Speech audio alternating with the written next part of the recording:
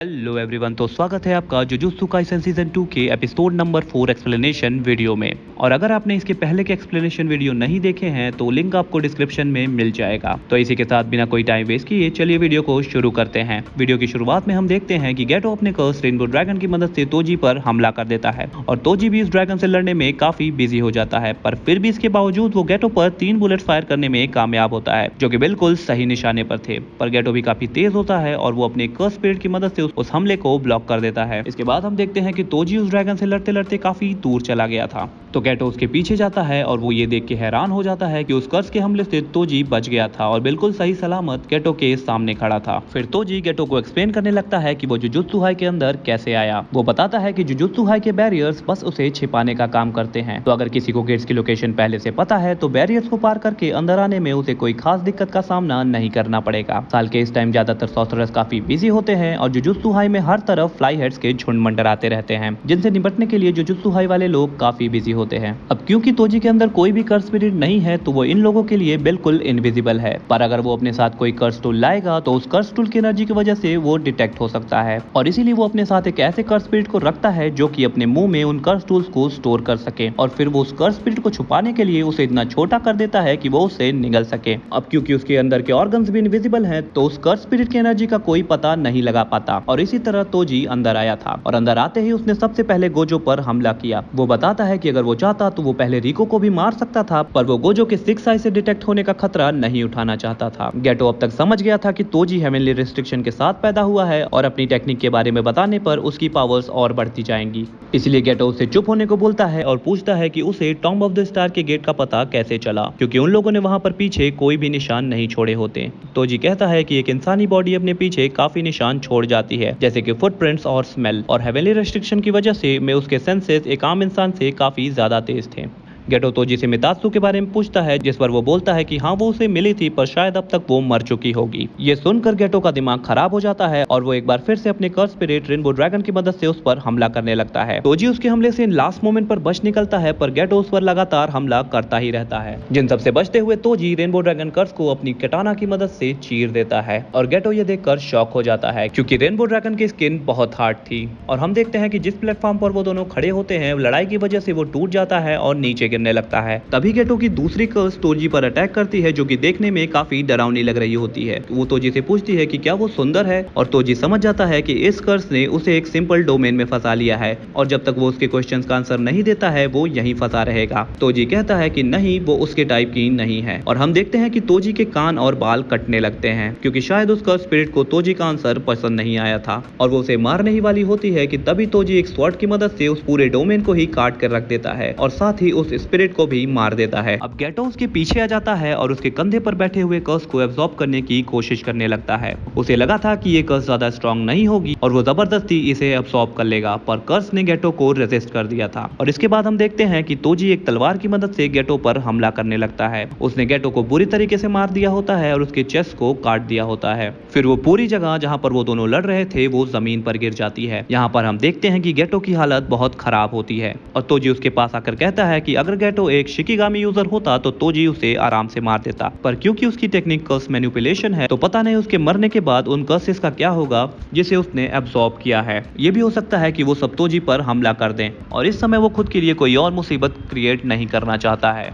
वो बोलता है कि तुम लोग इतने पावरफुल होने के बावजूद एक पावरलेस मंकी से हार गए जो कर्स टेक्निक्स भी यूज नहीं कर सकता है। और तभी उसे याद आता है कि उसका एक बेटा है जिसका नाम मेग्यूमी है। इसके बाद सीन शिफ्ट होता है और हम देखते हैं कि तोजी रिको की बॉडी को स्टार प्लाज्मा ग्रुप के हेडक्वार्टर्स में लाता है, जिसे देख के यहाँ के प्रेसिडेंट तोजी से बहुत खुश होते हैं और उसे एक्स्ट्रा पैसे देने की भी बात करते हैं। प्रेसिडेंट बताता है कि मास्टर टेंजेंट ने ही नारा पीरियड में जुजुत्सु सॉर्सरर्स की फाउंडेशन रखी थी और जापानीज बुद्धिज्म को भी फैलाया था, पर जुजुत्सु सॉर्सरर्स और मास्टर टेंजेंट के फॉलोवर्स में कभी नहीं बनी और इसीलिए उन्होंने टाइम वेसल एसोसिएशन बनाया, जिसमें कोई भी कर्स यूजर नहीं है।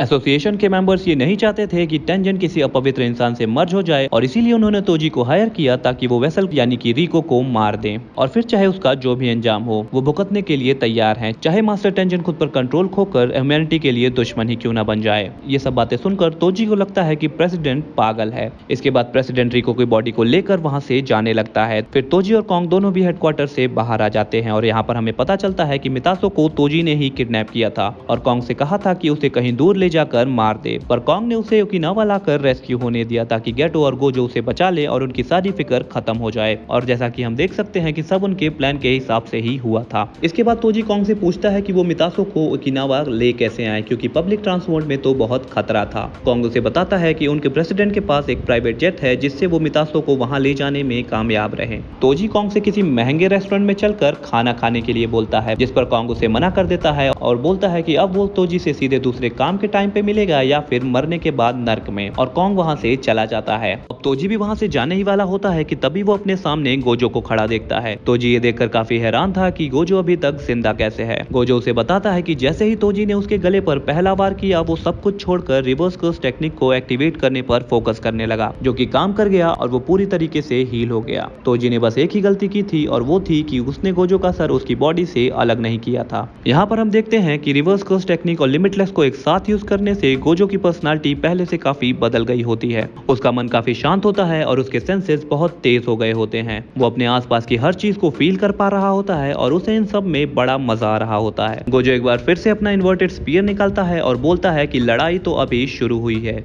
और गोजो पर हमला करने लगता है। पर हम देखते हैं कि गोजो बिना किसी एफर्ट के उन हमलों को डॉज कर लेता है और साथ ही अब वो हवा में उड़ भी रहा होता है। अब गोजो रिवर्स कर्स एनर्जी को लिमिटलेस टेक्निक में फ्लो करता है, जिससे वो कर्स टेक्निक फ्रेड भी सीख जाता है और फिर वो इससे तोजी पर हमला कर देता है, जिससे तोजी काफी दूर जाकर गिरता है। वो उठकर चेक करता है कि उसकी कोई हड्डी टूटी तो नहीं है, पर वो बिल्कुल सही सलामत होता है। तोजी को अब ये मालूम था कि गोजो के पास 3 टेक्निक्स है, इन्फिनिटी शील्ड, टेक्निक ब्लू और टेक्निक फ्रेड, और तोजी आसानी से इन तीनों को हैंडल कर सकता था। तोजी अब अपने स्पीयर को एक चैन से जोड़ देता है ताकि वो गोजो पर हवा में भी हमला कर पाए। गोजो की आंखें देखकर उसे थोड़ा डर लगता है, पर इन सब पर ध्यान न देकर वो गोजो को मारने के लिए स्पीयर को रेडी करता है और गोजो पर ढेर सारे अटैक्स करने लगता है। पर गोजो उन सब से बड़ी आसानी से बच रहा होता है और वो अपने मन में रिको के बारे में सोच रहा होता है। वो उससे माफी मांगता है क्योंकि उसके अंदर रिको के मौत के लिए किसी भी तरीके की बदले की भावना नहीं थी। उसे बस सब कुछ अच्छा फील हो रहा होता है और उसका मन शांत होता है। गोजो आगे कहता है कि टेक्निक्स लीक होना कोई बड़ी बात नहीं है और तोजी ज़ेनिन क्लैन से है, तो इसीलिए उसे लिमिटलेस टेक्निक के बारे में इतनी जानकारी है। पर एक ऐसी भी टेक्निक है जिसके बारे में गोजो क्लैन में भी कुछ ही लोग जानते हैं, और वो टेक्निक बनती है रेड और ब्लू को आपस में मिलाने पर, जिसे टेक्निक पर्पल कहते हैं। और ये टेक्निक अपने रास्ते में आने वाले हर चीज को खत्म कर देती है। और फिर गोजो ऐसा ही करता है और अपनी पर्पल टेक्निक से तोजी पर अटैक कर देता है और हम देखते हैं कि तोजी के राइट साइड की पूरी बॉडी कट जाती है। तोजी को अब अपनी गलती का एहसास होता है कि उसे गोजो से नहीं लड़ना चाहिए था, उसे ये कह के वहां से भाग जाना चाहिए था कि वो फ्री में कोई काम नहीं करता है।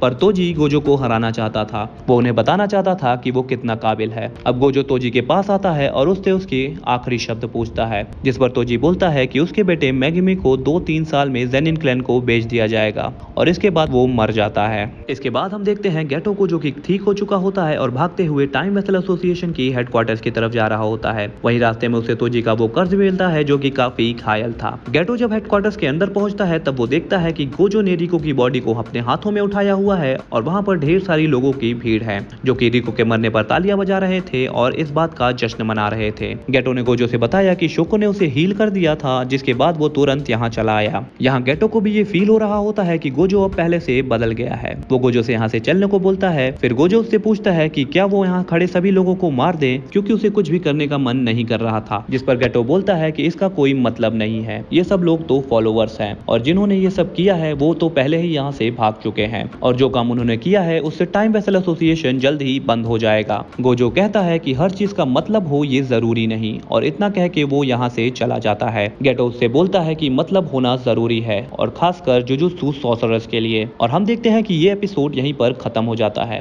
तो दोस्तों, इसके बाद वाले एपिसोड्स में हमें पता चलने वाला है कि गेटो एक विलन कैसे बना। उसे मिस ना करने के लिए हमारे चैनल को सब्सक्राइब करें और इस वीडियो को लाइक भी कीजिए। तो बाय गाइस, मिलते हैं आपसे नेक्स्ट वीडियो में।